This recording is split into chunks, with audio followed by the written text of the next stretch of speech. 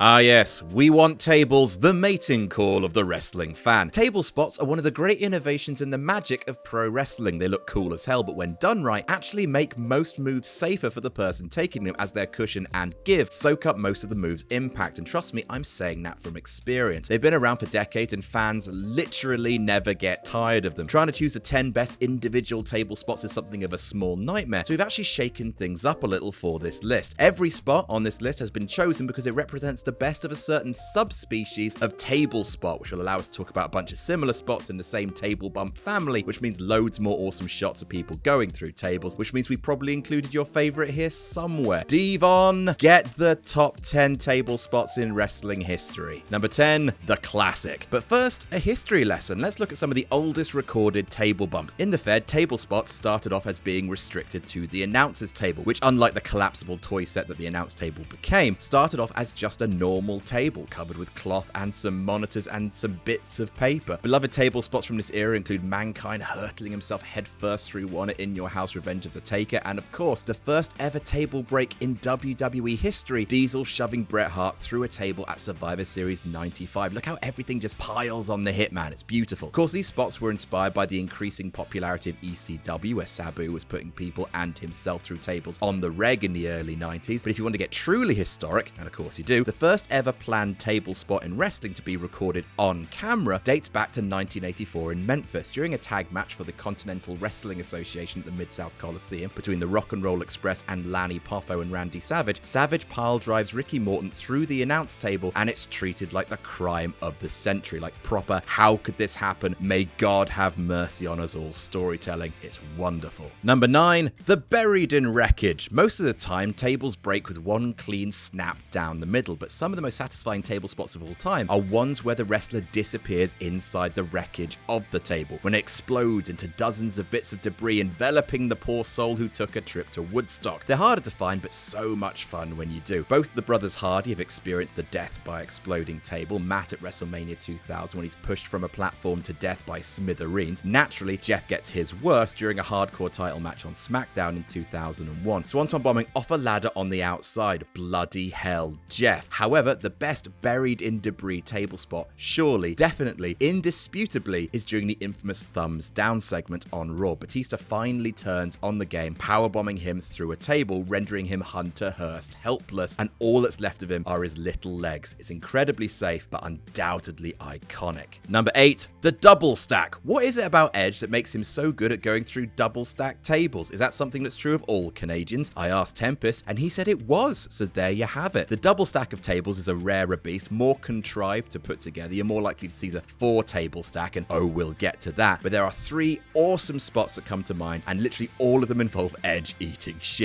A One Night Stand 2008, Taker gave Edge the last ride from the ladder through 2 tables. Edge-cellent. At SummerSlam 2008, in a Hell in a Cell match, Crombobulous Markle again sends the Rated R superstar to his doom, this time via a chokeslam to the outside. Edge-ceptional. And finally, one of the most memorable spots in TLC history at Unforgiven 2006, John Cena FUing Edge from the top of a ladder through a double stack of tables. Edge-straordinary. That poor Canadian man. Number 7, the EC dub. Seeing as ECW is the really unnerving godfather of Western hardcore wrestling, it seems only fair to give them a nightmarish entry all to themselves. While Public Enemy may have been the masters of the table, other ECW stars can lay claim to some of the most infamous spots in that promotion's history. Sabu wowed the world with his top rope leg drops through tables, although his best might have actually have been on Raw in 2006, dropping a leg on John Cena who was lying on the announce table. Bloody marvelous work for otherwise one of the botchiest wrestlers ever. Mike Awesome and Masato Tanaka built a legacy from destroying each other with ludicrous table spots, including a powerbomb to the outside at Heatwave 98 that will shave years off your life just watching it. But the table spots that feature on every ECW highlight reel belong to a feud featuring Tommy Dreamer and primetime Brian Lee that ran throughout 1996. For months, Lee repeatedly put Dreamer through stacks of tables, including the historic chokeslam from the Crow's Nest at Hardcore Heaven. Bloody hell, bye Tommy! Dreamer, as he does, loses a bunch, then finally gets revenge in a scaffold match at High Incident, finally knocking Lee from the scaffold into a doom tower of tables. EC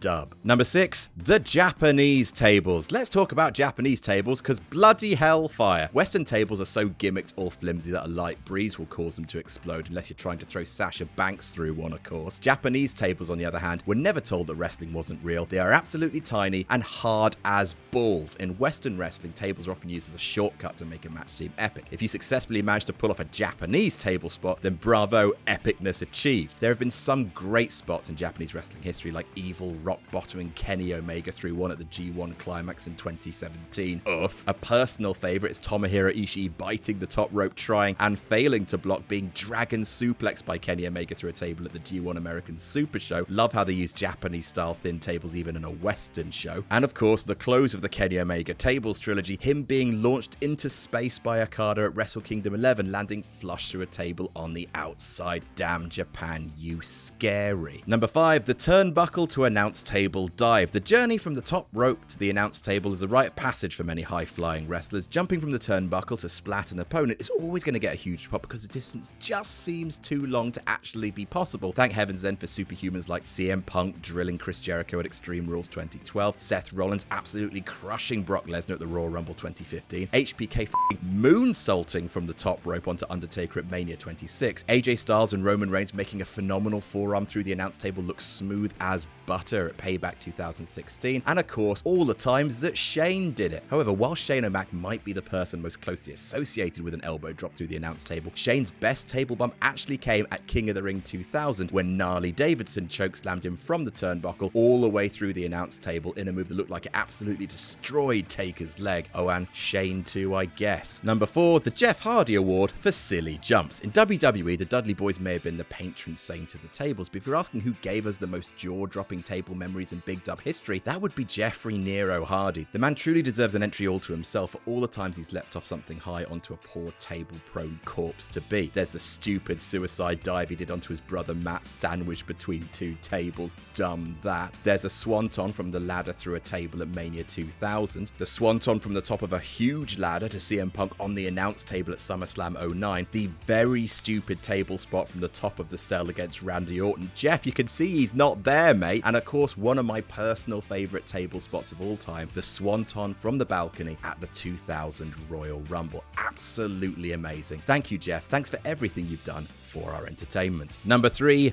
the flaming table. Flaming tables. Why not? Why not take one of the safer ways to draw a huge pop and make it absolutely not safe anymore? Time to finally spotlight the Dudleys a little bit because they pulled this off better than pretty much anyone. From One Night Stand 2005 with Tommy Dreamer getting powerbombed through a flaming table, looked amazing, to an episode of Hardcore TV in August 99 where Bubba powerbombs Spike through 2 flaming tables, sure, but of course the most memorable flaming table spot of all time actually belongs to Mick Foley and Edge at WrestleMania 22 because oh, the sweet unkind gods. Number 2, the 4 stack. Oof. While this might initially seem like an even safer table spot, more tables equals more cushioning for your fall, right? Wrong. Dead wrong. Shut up. These are way more likely to go wrong than right. Maybe the wrestler's body goes through one table, but his head hits the other one, a la Seth Rollins at TLC 2012, bloody hell. Or you could crash through them without all of them breaking and risk one of the tables falling on you, which almost happens to HBK at Armageddon 2002. However, when it works, it's outrageously cool. Fondly remembered highlights include Undertaker plummeting to his doom at One Night Stand 2008, Prince Puma and Johnny Mundo falling from a balcony during an all-night-long match in Lucha Underground, Bubba Ray eating 1,000,000 tons of Bad Idea at SummerSlam 2000, and the very best of the best, Matt Hardy and Bubba Ray Dudley plummeting through 4 tables at TLC 2 at Mania X7, which is genuinely one of the most satisfying table breaks of all time. Number 1.5, the Canadian Destroyer through a table. Couldn't think of a group to put this in, but